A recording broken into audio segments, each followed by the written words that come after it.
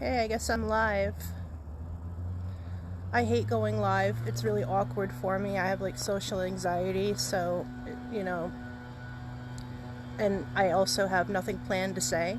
I just knew I wanted to go live today because my book has been released. It is available now at Amazon, and it is volume 3 of my Puzzled Parent series, Faith for the Puzzled Parent.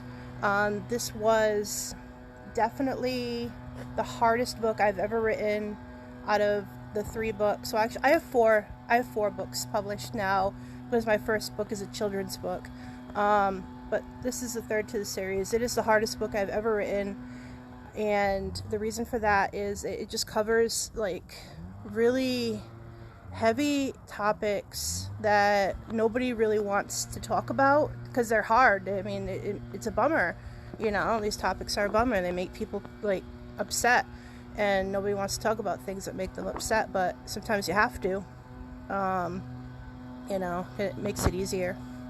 So, I mean, these topics range from like death. Like when I say death, it's kind of like it's split into a couple different areas of that.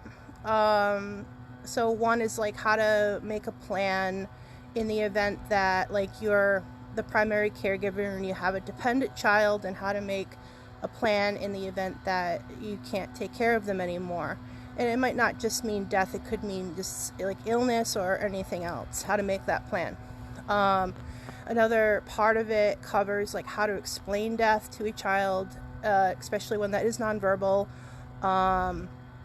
and the death of a child and the stages of grief. And beyond that chapter, we have, I covered bullying, which is another really, really heavy, hard chapter for me, because I covered all the different aspects of, to be bullied, to be a bully, and to be a witness to bullying. And I offered I offered a personal story of mine about that experience. So that was really hard for me to write, but I think it was necessary.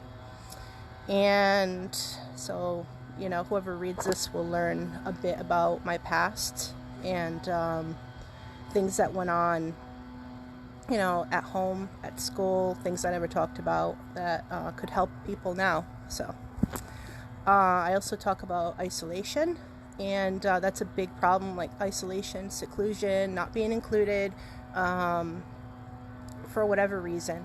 That's a big problem nowadays.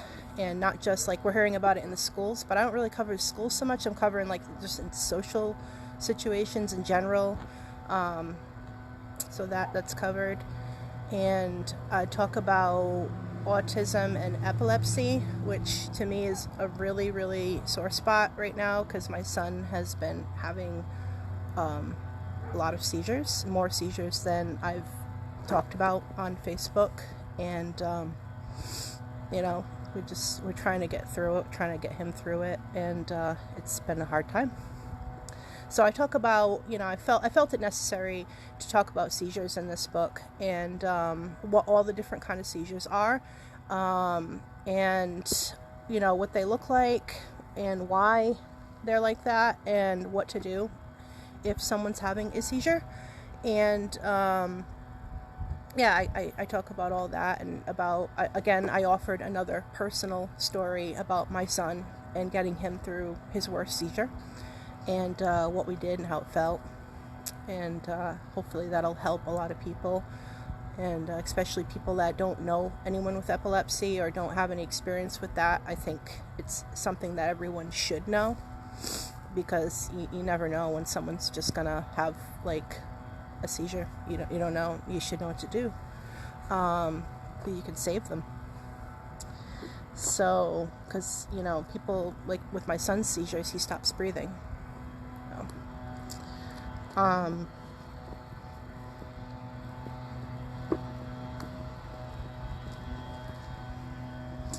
Okay, look, give me a minute.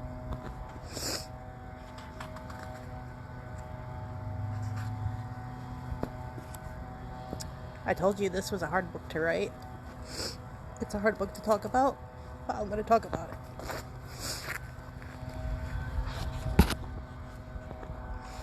So let's see. I'm flipping the pages now.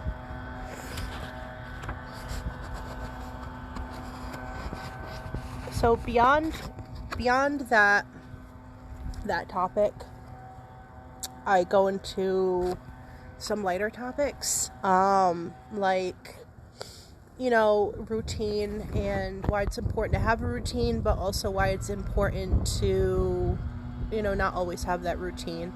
I talk about different priorities. I talk about positivity. I talk about,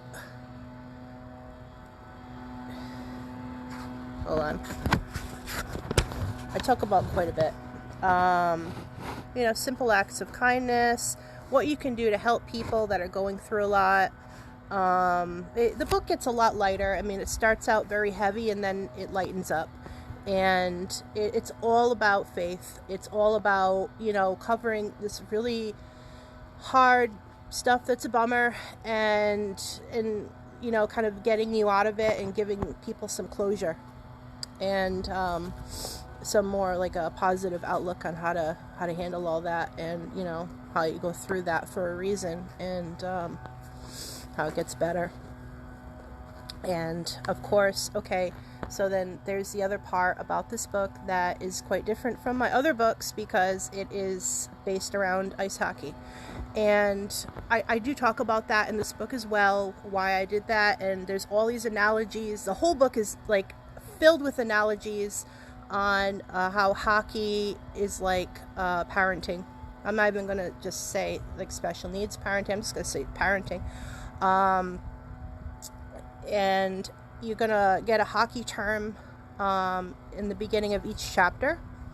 And I use that vocabulary term throughout the chapter and relate it to that topic and how, you know, it connects. And I talk about, in the end, there's a bonus chapter. And the bonus chapter is my story about when I played hockey and how it got me through some really hard times in my life, and it made me strong. It was like the core foundation of what made me a fighter. And yeah, I offer that. I threw a lot of like fun pictures in there from that time when I played hockey. I can show some stuff like that, and I talk about those pictures. They like when I played for my high school and stuff like that. So this is it was a really hard book to write, incredibly hard book to write, but it was also a fun book to write. And I just hope it helps a lot of people.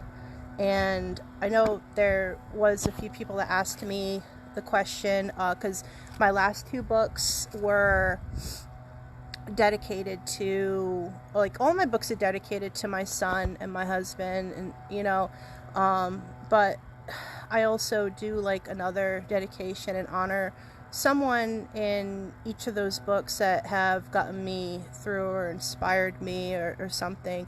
And like my first book was Aiden Quinn, and because he really helped me get out of my shell and become an advocate as an introverted person. That's incredibly hard to do, to be an active community advocate, and he inspired me to do that. In my second book is Brian Wilson, because, you know, we're a Beach Boys family and we love listening to the Beach Boys. We love Brian Wilson, and he did a lot for my kid when I reached out to him and his wife, and they're incredible. They're incredibly nice people. And this book is dedicated to Teddy and Janine Donato, because they're also incredible people that probably don't even remember me, but I've met Teddy like twice. I met Janine once, and they were just incredibly nice, generous, good people. And being Teddy's fan is really what made me the fighter I am today. It got me through a lot of stuff, and it made me incredibly competitive and strong. So this book is for them. I'm giving that back for everything that they don't even know they've done for me, that they have done for me, and I'm giving that back to them now. And yeah. And yeah, my son is a Ryan Donato fan, and that's not my fault. He picks his own things, I swear to God. He picked his favorite Beach Boy, he picks his own music, he picks everything, and he picked his hockey player, and it is a Donato, and I'm not surprised. There is a bias there. Yeah, he does pick these things, so, you know, it's what it is. And I'm gonna hop off now. So this isn't like too long of a live, but it's gonna be available for replay, whoever wants to watch the replay. And I thank everyone for listening to me rant and cry and talk about you know, God's good work that I'm doing. That's what I call it, God's good work. And yes, I am wearing a Bruins jersey. It is a Donato jersey, 21. I wouldn't wear another jersey. Okay, thank you.